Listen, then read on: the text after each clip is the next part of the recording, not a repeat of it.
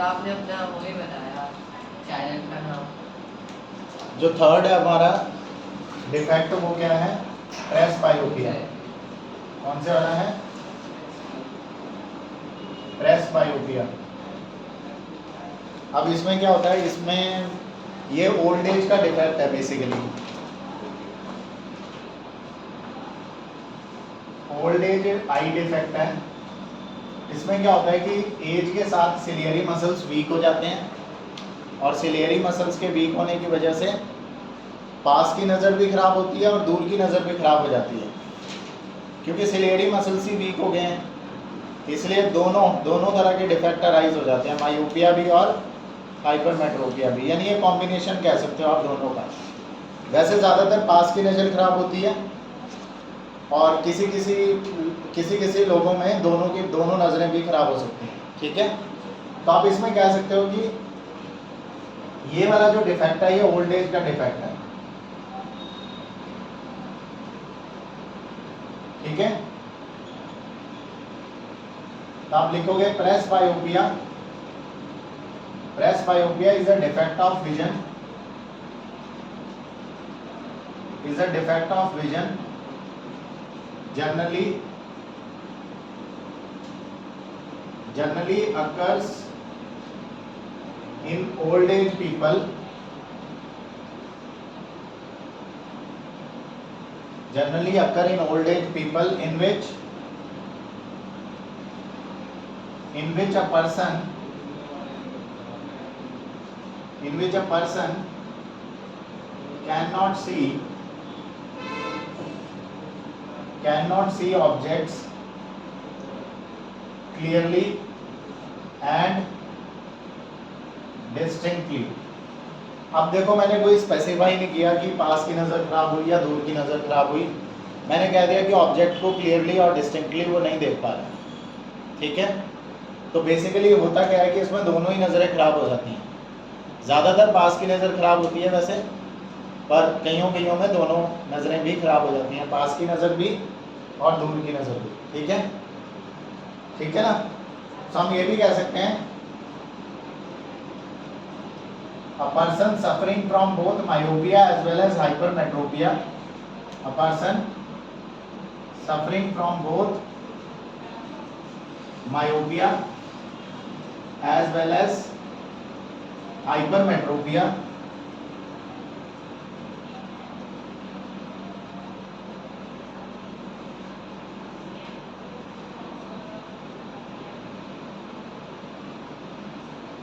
is said to have presbyopia। मतलब person में अगर मायोपिया भी है, हाइपरमेट्रोपिया भी है, तो उसे हम प्रेसबायोपिया बोल सकते हैं। ओल्ड एज का डिफेक्ट है ये। ठीक है, अब इसके कॉज क्या हैं, किस वजह से होता है ये? तो इसका कॉज है due to weakening in ciliary muscles. देखो, ओल्ड एज के साथ सिलियरी मसल्स वीक हो जाते हैं, इस वजह से ये डिफेक्ट आता है। दूसरा आ सकता है डिमिनिशिंग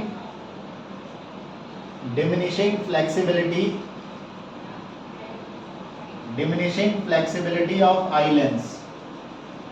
अब देखो, ओल्ड एज के साथ आई लेंस की फ्लेक्सिबिलिटी भी कम हो जाती है। डिमिनिश होना मतलब कम होना। तो एक तो आई लेंस की फ्लेक्सिबिलिटी कम हो जाती है, सेकेंडली सिलियरी मसल्स वीक हो जाते हैं, इस वजह से ये डिफेक्ट आता है प्रेसबायोपिया। ठीक है, अब क्योंकि इसमें दोनों नजरें खराब होती हैं, तो इसके लिए जो करेक्शन यूज करते हैं वो होते हैं बाईफोकल लेंसेज। इसकी करेक्शन के लिए हम यूज करते हैं by using bifocal lenses. Bifocal मतलब दो फोकल लेंथ वाला लेंस, मतलब इसमें कॉनकेव और कॉन्वेक्स दोनों यूज होते हैं। ठीक है, जोड़ दिए होते हैं। ठीक है, बाईफोकल लेंसेज यूज होते हैं। इसमें करते क्या है कि जैसे ये हमारा चश्मा है, ये हमारा चश्मा है, तो इसके निचले वाले पोर्शन में जो लोअर पोर्शन होता है, ये वाला लेंस का जो लोअर पोर्शन होता है, ये पोर्शन रखते हैं हम लोग कॉन्वेक्स।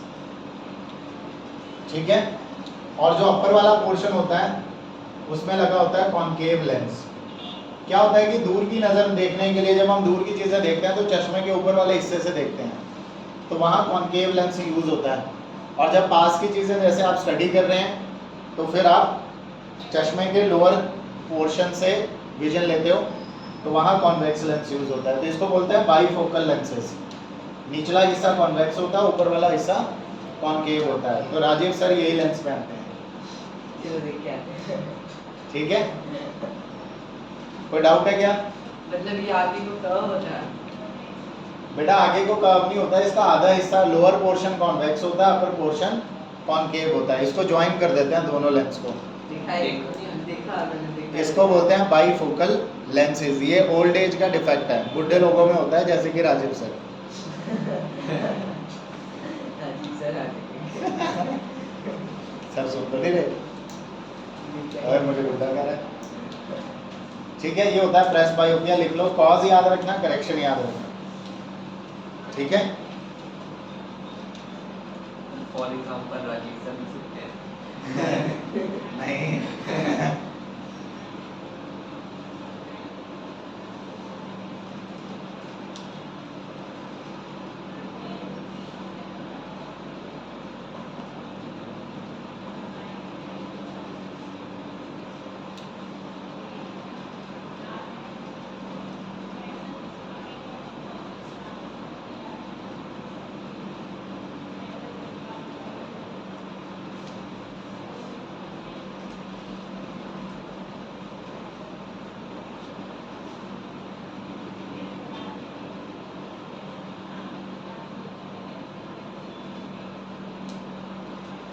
तो आपको डिफेक्ट्स ऑफ विजन क्लियर हैं तीनों?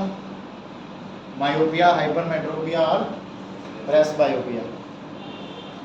एक होता है कैटरेक्ट की बीमारी होती है, ठीक है, जिसको हम लोग चीटा मोतिया भी कहते हैं नॉर्मल लैंग्वेज में।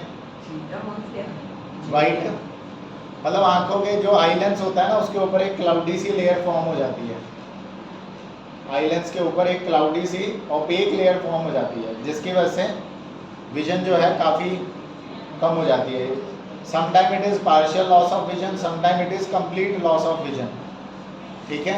तो सर्जरी से उसको ठीक करते हैं, कैटरेक्ट।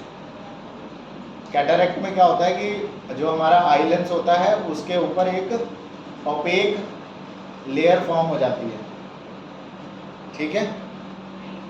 ओपेक मतलब जिसके आर पार नहीं देखा जा सकता। तो आई लेंस के ऊपर अगर ओपेक लेयर फॉर्म होगी तो वो फिर लाइट को फोकस नहीं कर पाएगा, बल्कि लाइट को क्रॉस नहीं होने देगा, जिस वजह से विजन कम हो जाती है। वो भी जनरली ओल्ड एज में होता है टाइम के साथ, ठीक है? डन है, सबका हो गया? कॉज वगैरह लिख लो।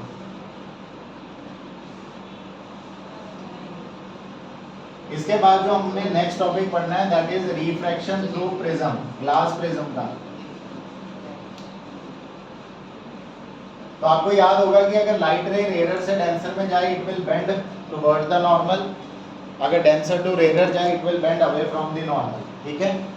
सो now our next topic is refraction through glass prism.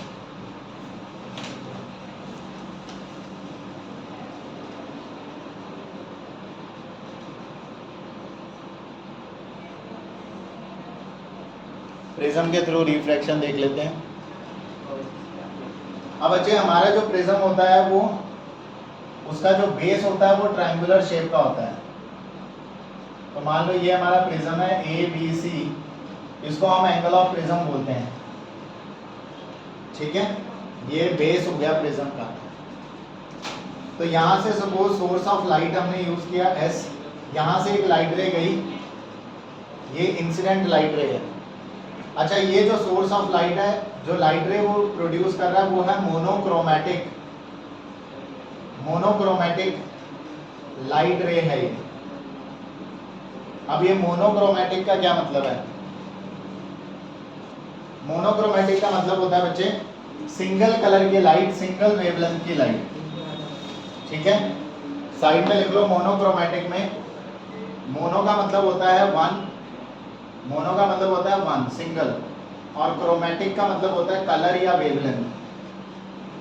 Chromatic मतलब कलर या वेवलेंथ। तो आप कह सकते हो कि जो सिंगल कलर की लाइट है, सिंगल वेवलेंथ की लाइट है, that is monochromatic light. So light of single colour, light of single colour और single wavelength is called monochromatic light.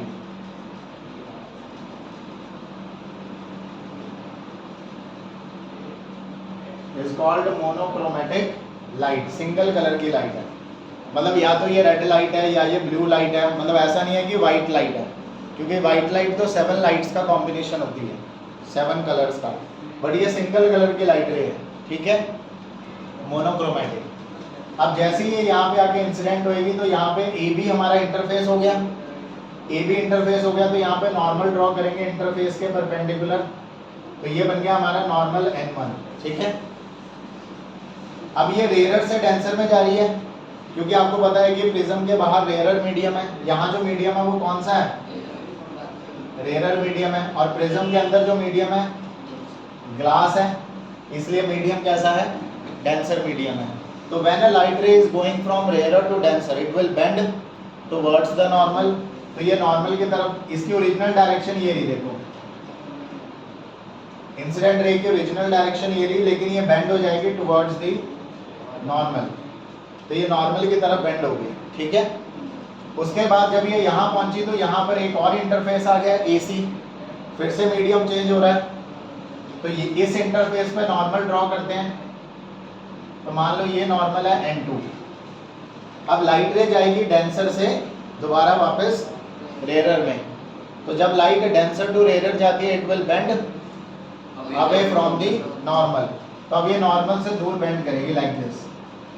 तो इस तरह से लाइट रिफ्रैक्ट होगी, rarer to denser bend towards the normal, फिर denser to rarer bend away from the normal.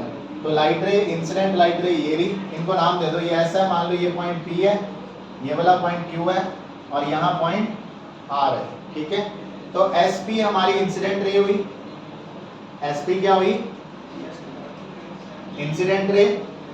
PQ, जो PQ रे है दैट इज रे इनसाइड द प्रिज्म, जो प्रिज्म के अंदर रे है वो है PQ, रे इनसाइड प्रिज्म, इसको बोलते हैं रिफ्रैक्टेड रे, रे इनसाइड द प्रिज्म, रिफ्रैक्टेड रे। और QR जो है वो प्रिज्म से बाहर निकल रही है रे, तो इसको बोलते हैं इमर्जेंट रे, जैसे क्लास लैब में किया था, ठीक है। इंसिडेंट रे, द रे which is inside the prism that is refracted रे, और जो रे बाहर निकल रही है दैट इज इमर्जेंट रे। इसके अलावा AB और AC ये हमारे इंटरफेसेस हैं। AB और AC क्या हैं, AB और AC ये हैं इंटरफेसेस, मतलब ये वो हैं जहां, ये वो बाउंड्रीज हैं जहां से रिफ्रैक्शन हो रही है। एक बार रिफ्रैक्शन AB पे हो रही है और एक बार रिफ्रैक्शन AC पे हो रही है, ठीक है। कोई डाउट है क्या? इस तरह से जब कोई मोनोक्रोमेटिक रे प्रिज्म में जाती है, पहले वो normal bend towards the normal, और सेकंड इंटरफेस पे bend away from the normal, ऐसे बेंड होती है। यहाँ तक कोई डाउट है आप लोगों को? अब बच्चे यहाँ पर ध्यान दो, इंसिडेंट रे ने जो नॉर्मल के साथ एंगल बनाया it is called angle of incidence. अब ये हमारी रिफ्रैक्टेड रे है, it is called angle of refraction, और ये हमारी इमर्जेंट रे है, it is called angle of emergent. ये सारे एंगल नॉर्मल के साथ बनते हैं, ये आपको पता ही है, ठीक है। क्लियर है मेरी बात? अब यहाँ पे एक चीज और ध्यान दो, जो इंसिडेंट रे है, देखो जरा, इंसिडेंट रे जो प्रिज्म में एंटर की तो इस डायरेक्शन में एंटर की है, वो दिखा भी रखी है डॉटेड लाइन से, और जब प्रिज्म से बाहर निकली तो प्रिज्म से बाहर निकली इस डायरेक्शन में, मतलब जब एंट्री ले रही है तो इस डायरेक्शन में, और जब प्रिज्म से रिफ्रैक्ट होने के बाद बाहर निकली तो इस डायरेक्शन में। यानी ये वाली रे पहले इस डायरेक्शन में जा रही थी, और प्रिज्म ने इसको क्या कर दिया, प्रिज्म ने इसको डेविएट कर दिया, प्रिज्म ने इसको यहाँ से ऐसे डेविएट कर दिया और अब ऐसे जा रही है। तो जितने एंगल से ये हमारी रे डेविएट हुई है उसको बोलते हैं एंगल ऑफ डेविएशन। मतलब अगर हम इंसिडेंट रे और जो ये इमर्जेंट रे है इसको बैकवर्ड प्रोड्यूस करें, यहाँ पे इंसिडेंट रे और इमर्जेंट रे, इनके बीच में जो यहाँ एंगल बन रहा है, ये वाला एंगल, एंगल D, इसको बोलते हैं एंगल ऑफ डेविएशन। तो यहाँ पे जो एंगल डी है हमारा वो क्या है, एंगल ऑफ डेविएशन है। एंगल ऑफ डेविएशन की क्या डेफिनेशन है, तो आप लिखोगे it is the angle between, it is the angle between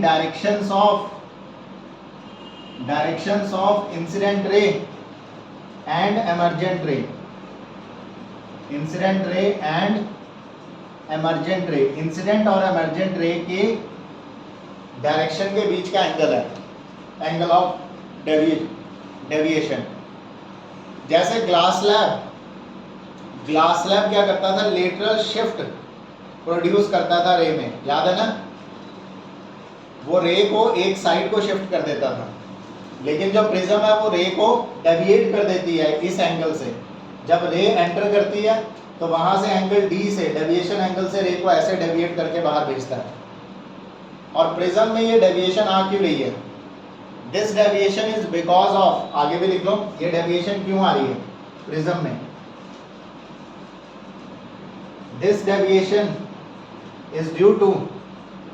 is due to peculiar shape of prism। Note कर लेना ये word, this deviation is due to peculiar shape of prism। मतलब प्रिज्म की जो शेप है वो पेक्यूलर शेप है, इसलिए ये डेविएशन आ रही है, एंगल डी से रे बाहर निकल रही है डेविएट होके, समझे या नहीं। Now what do you mean by this peculiar shape, peculiar shape का मतलब है कि इसके जो ऑपोजिट इंटरफेसेस हैं वो नॉन पैरेलल हैं। प्रिज्म के जो ऑपोजिट इंटरफेसेस हैं वो नॉन पैरेलल हैं, इनके बीच में एक एंगल है, इसको हम एंगल ऑफ प्रिज्म बोलते हैं। मतलब ये जो एंगल ए है ना, इसको क्या बोलते हो, एंगल ऑफ प्रिज्म, ठीक है। पैक्युलर शेप के नीचे एरो डाल के लिख लो, non parallel interfaces, non parallel opposite interfaces.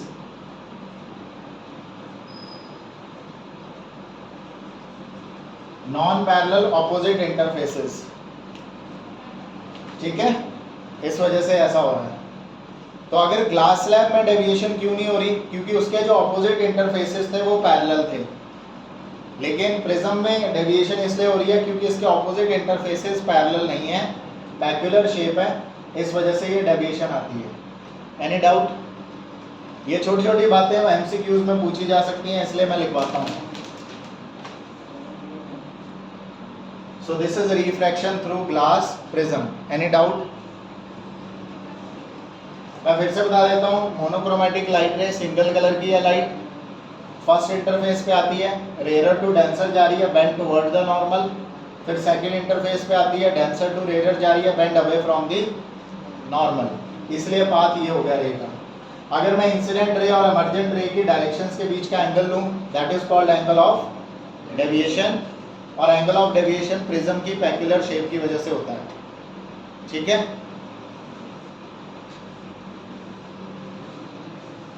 बना लो इस डायग्राम को, खत्म करो जल्दी। याद रखना रे कौन सी यूज की है, मोनोक्रोमेटिक रे।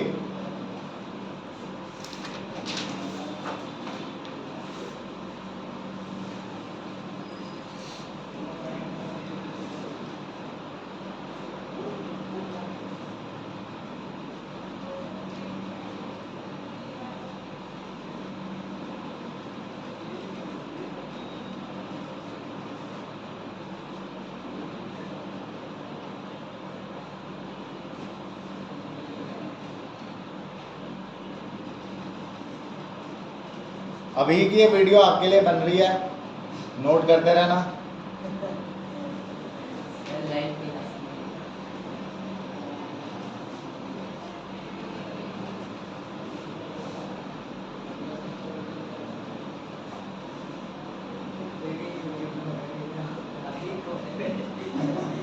देखो मीम बन जाएगा।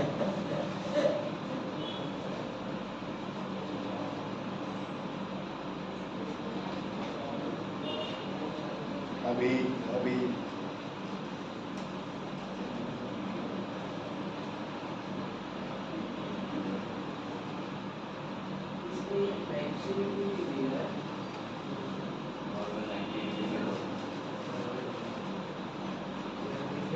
ये होता है 90 डिग्री इंटरफेस के परपेंडिकुलर।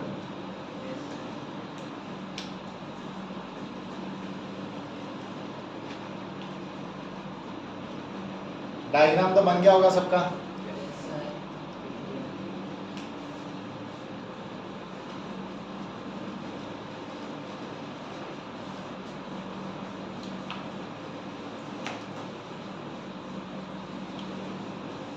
तो रिफ्रैक्शन थ्रू प्रिज्म में डेविएशन एंगल के बारे में ज़्यादातर पूछते हैं कि what is angle of deviation, तो ये थोड़ा ध्यान रखना आपने।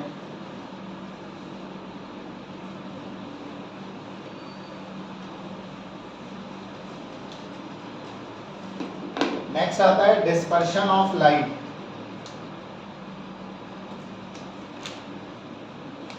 Dispersion of light through prism. अब प्रिज्म लाइट को डिस्पर्स भी करता है।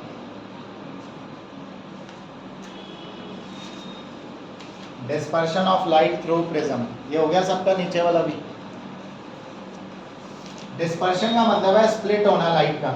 अब जो हमने पहले लाइट ली वो तो सिंगल कलर की लाइट थी, तो सिंगल कलर की लाइट क्या स्प्लिट होएगी।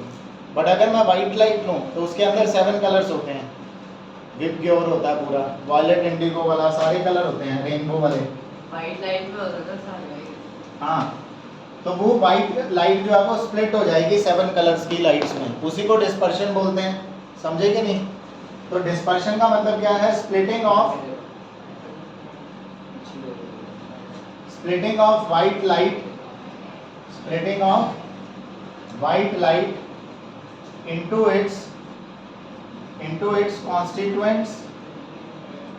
its constituents या component कह सकते हो, into its constituents colors is known as dispersion of light, यानी लाइट का स्प्लिट होना अपने 7 कलर्स में या अपने कंपोनेंट कलर्स में। जैसे वाइट लाइट अगर 7 कंपोनेंट से बनी है, तो अगर वाइट लाइट स्प्लिट हो जाए अपने 7 कंपोनेंट्स में, तो उसको बोलेंगे डिस्पर्शन ऑफ लाइट। समझे या नहीं? फिर क्वेश्चन आता है कि कॉज क्या है, कि डिस्पर्शन हो क्यों रही है, इसके पीछे का क्या कंसेप्ट है। कंसेप्ट ये है कि अलग अलग कलर्स जो होते हैं, हर कलर की वेवलेंथ अलग होती है। Each colour have different wavelength, each colour has different wavelength, अलग अलग कलर की वेवलेंथ अलग अलग होती है। और अलग अलग वेवलेंथ जो होती है, different wavelength, they deviate by different angles. जो एंगल ऑफ डेविएशन होता है ना डिफरेंट कलर्स का, डिफरेंट वेवलेंथ का, वो भी डिफरेंट होता है। समझ रहे हो कि नहीं? Each colour has different wavelength. उसके बाद नेक्स्ट लाइन में लिखोगे डिफरेंट वेवलेंथ्स या कलर्स कह लो, different wavelength deviate by different angles, deviate by different angles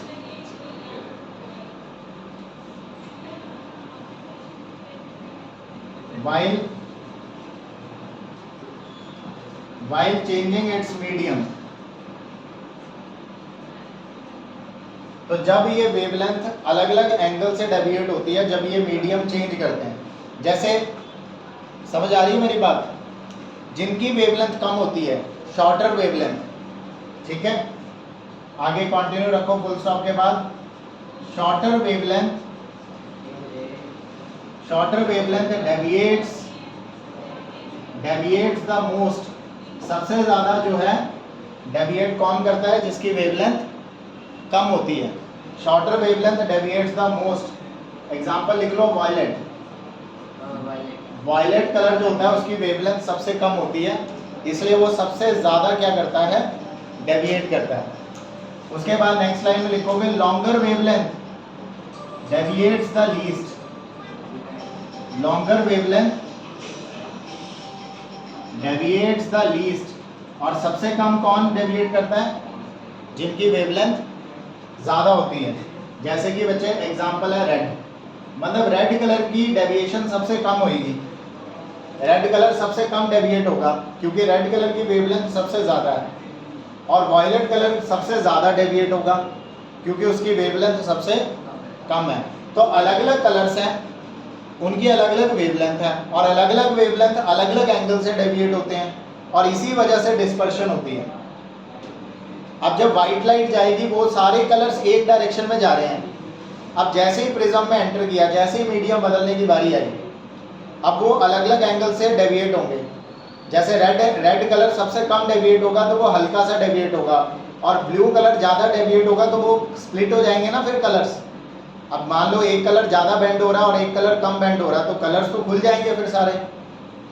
तो अलग अलग अमाउंट से जो डेविएशन हो रही है डिफरेंट डिफरेंट वेवलेंथ में, इसी वजह से डिस्पर्शन होती है। यही है कॉज ऑफ डिस्पर्शन। कोई डाउट? अभी मैं समझाऊंगा, पहले इसको नोट कर लो, फिगर से समझते हैं कि प्रिज्म से डेविएशन डिस्पर्शन कैसे हो रही है। ठीक है, लिख लिया आप लोगों ने ये?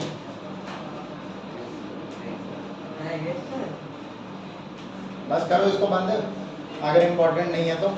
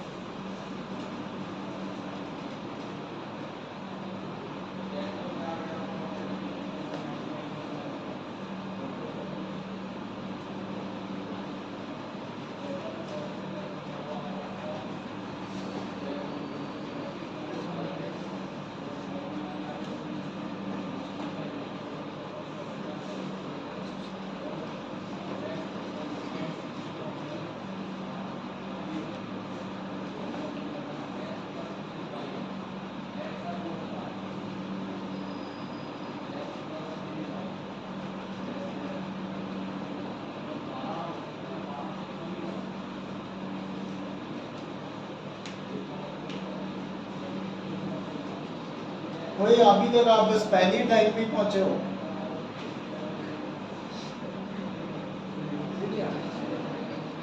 जल्दी नोट करो, 10 मिनट तो मेरे हाथ में खराब कर रखे हैं लक्ष्य। इससे देखो आप कॉपी ले फोटो।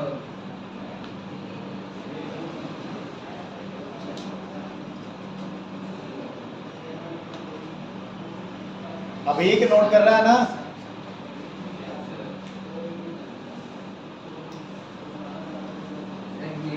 लेट के वीडियो देख रहा है लग रहा है। सर देख सकते हैं।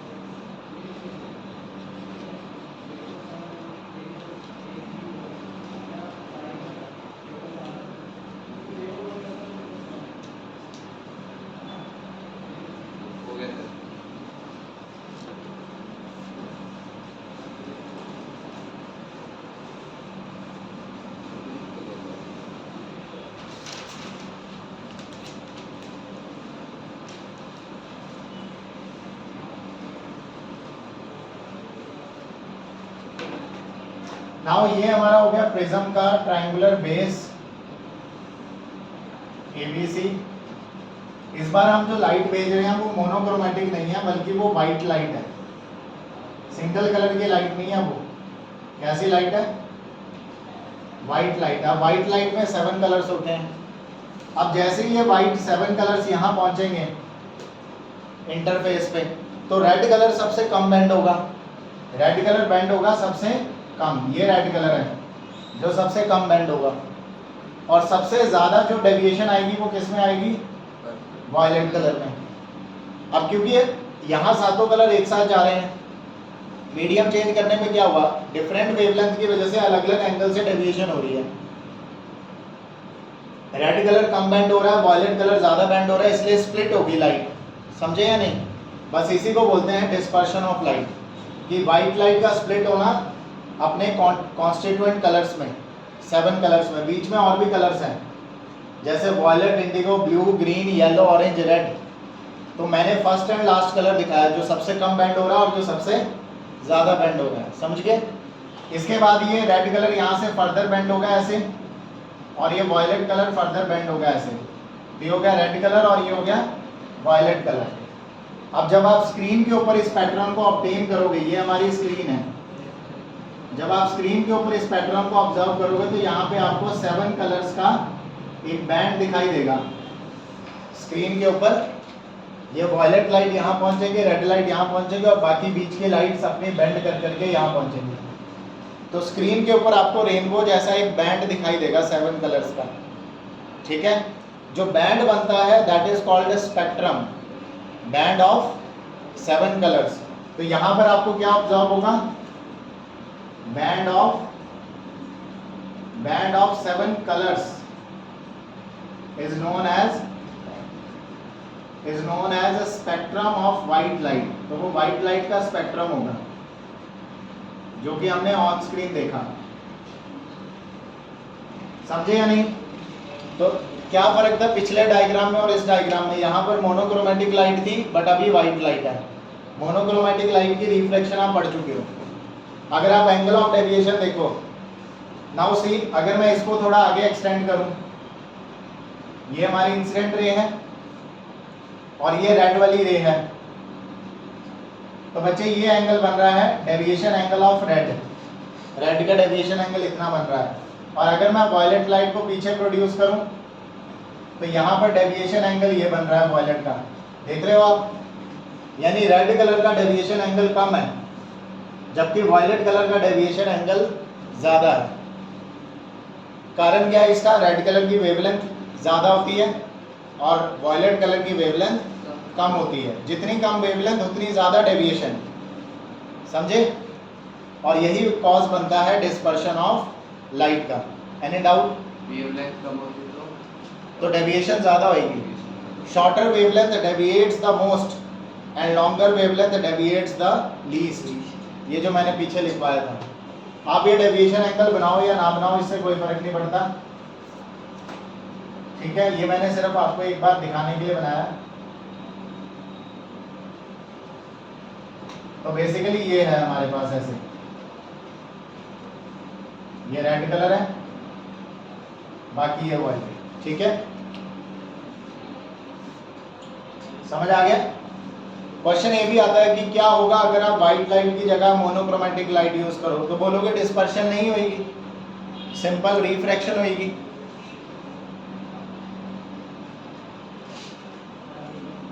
ठीक है? समझ आ गई ये चीज?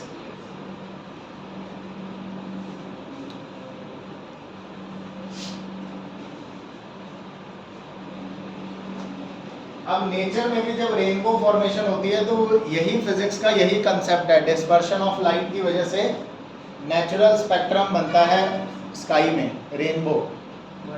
ये जो 7 कलर्स का जो बैंड बन रहा है ये स्पेक्ट्रम है। तो रेनबो भी तो एक नेचुरल स्पेक्ट्रम है सनलाइट का। ठीक है? तो रेनबो फॉर्मेशन भी इसी कंसेप्ट की वजह से होती है। अब बना लो फिर, नेक्स्ट हमने वही पढ़ना है, रेनबो फॉर्मेशन।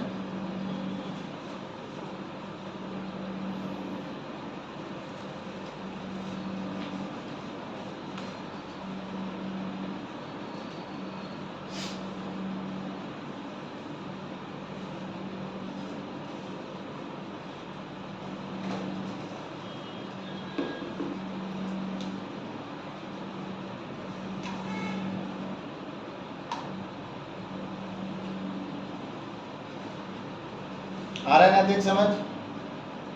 कोई डाउट?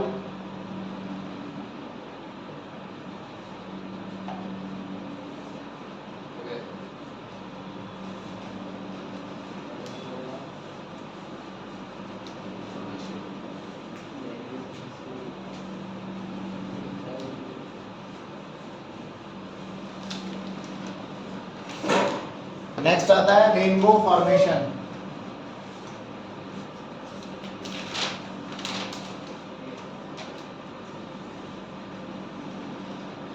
तो आप लिखोगे natural spectrum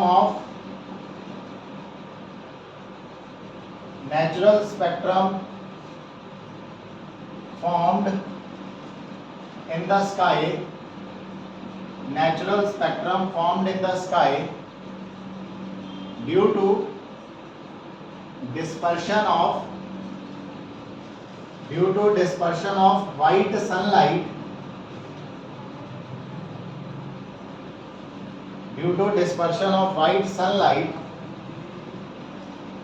by the tiny water droplets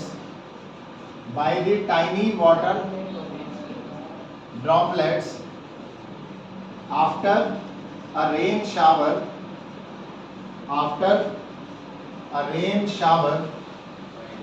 is known as rainbow।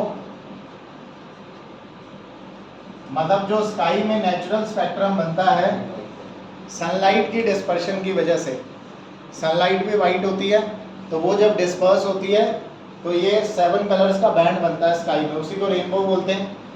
ठीक है, अब रेनबो फॉर्मेशन एक्चुअल में टाइनी वाटर ड्रॉपलेट्स की वजह से होती है। तो आफ्टर अ रेन शावर, मतलब जब बारिश होके हटती है, आफ्टर रेन शावर एटमॉस्फेयर में रेन ड्रॉप्स प्रेजेंट होती हैं, टाइनी वाटर ड्रॉपलेट्स आ जाते हैं ना एटमॉस्फेयर में रेन शावर के बाद। After rain shower tiny water droplets या रेन ड्रॉप्स कह सकते हो आप, प्रेजेंट इन एटमॉस्फेयर, जो एटमॉस्फेयर में प्रेजेंट आती हैं, present in atmosphere acts like a tiny prism, वो छोटे छोटे प्रिज्म की तरह काम करती हैं। समझे कि नहीं? यानी कि प्रिज्म का काम कौन कर रही हैं? जो वाटर ड्रॉपलेट्स हैं, रेन बारिश होने के बाद जो एटमॉस्फेयर में वाटर के जो ड्रॉपलेट्स रह जाती हैं एटमॉस्फेयर में, वो प्रिज्म की तरह बिहेव करती हैं। ठीक है, और वही सनलाइट को क्या करती हैं? डिस्पर्स करती हैं। ठीक है, अब देखते हैं कि हो कैसे रहा है ये सारी कहानी। तो मान लो बेटा कि ये हमारे पास एक रेन ड्रॉप है, ये हमारे पास क्या है? रेन ड्रॉप है। एक रेन ड्रॉप ले रहा हूं, यहां पे हमारा सन है। अब सन से जो हमारी एक लाइट रे आ रही है, व्हाइट सनलाइट ऐसे आ रही है, ये सनलाइट आ रही है। अब जब सनलाइट आएगी तो सबसे पहले मीडियम चेंज होगा यहाँ पे, रेयरर से डेंसर में। समझो ये प्रिज्म है, ये रेन ड्रॉप प्रिज्म की तरह काम कर रही है। तो यहाँ पर जब प्रिज्म की तरह काम कर रही है तो सबसे पहले यहाँ पे लाइट क्या होगी? स्प्लिट होगी 7 कलर्स में। यहाँ पे रेड कलर होगा, यहाँ पे वॉयलेट। सबसे कम जो बेंड करेगा वो रेड कलर, सबसे ज्यादा जो बेंड करेगा वो वॉयलेट कलर होगा। समझे या नहीं? तो यहाँ पर नंबर 1 स्टेप पे मैं लिख रहा हूँ। नंबर 1 पे क्या हो रहा है? यहाँ पे साइड में हम स्टेप्स भी लिख लेते हैं। फर्स्ट स्टेप में क्या हो रहा है?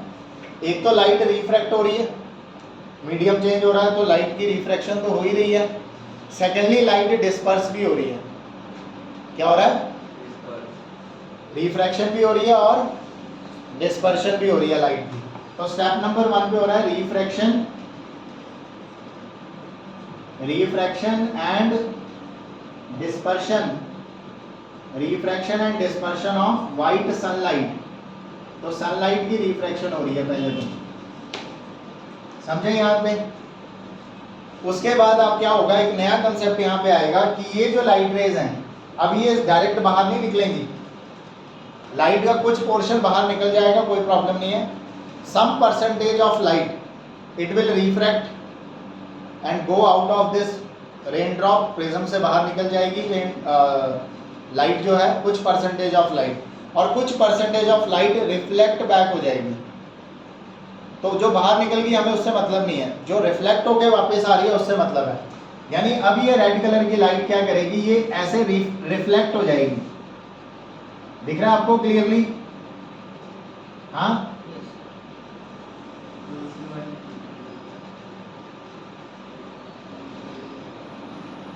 जैसे ये रेड कलर है, ये वायलेट कलर है, रेड कलर वाली रिफ्लेक्ट होगी, वायलेट कलर वाली भी रिफ्लेक्ट होगी। ये रेड है और ये वाली वायलेट है। तो यहां पर नंबर 2, यहां पे सेकंड स्टेप में क्या हुआ, सेकंड स्टेप में हुआ इंटरनल रिफ्लेक्शन। सेकंड स्टेप में क्या हुई है, इंटरनल रिफ्लेक्शन।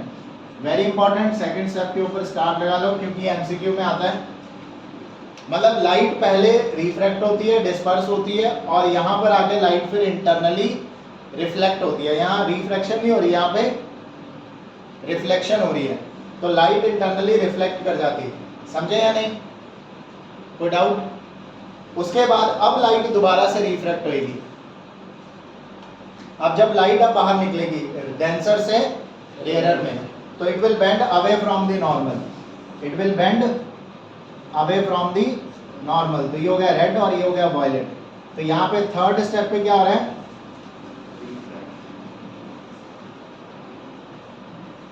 रिफ्रैक्शन हो रही है अभी, ठीक है। थर्ड स्टेप पे दोबारा से रिफ्रैक्शन हो रही है, सेकेंड टाइम रिफ्रैक्शन। और यहां पर आपकी आईज होती हैं, यहां पर आप खड़े होकर ऑब्जर्व करते हैं तो आपके आंखों में ये 7 लाइट्स पहुंच जाती है। यहाँ पे आपकी आईज में वायलेट से लेकर रेड तक सातों के सातों कलर्स आपकी आईज में एंटर करते हैं। तो जब आपकी आईज में सातों कलर एंटर करते हैं तो हमारा ब्रेन को लगता है कि रेज कैसे आ रही हैं, स्ट्रेट आ रही हैं। तो ये 7 के 7 कलर्स यहाँ कहीं जाकर आपको रेनबो फॉर्मेशन दिखता है, समझे या नहीं? देखो यहाँ से स्ट्रेट जाएगी तो यहाँ, तो आपको रेनबो यहाँ दिखाई देगा, हमारे आंखों में जो लाइट जिस एंगल पे एंटर करती है, समझे या नहीं?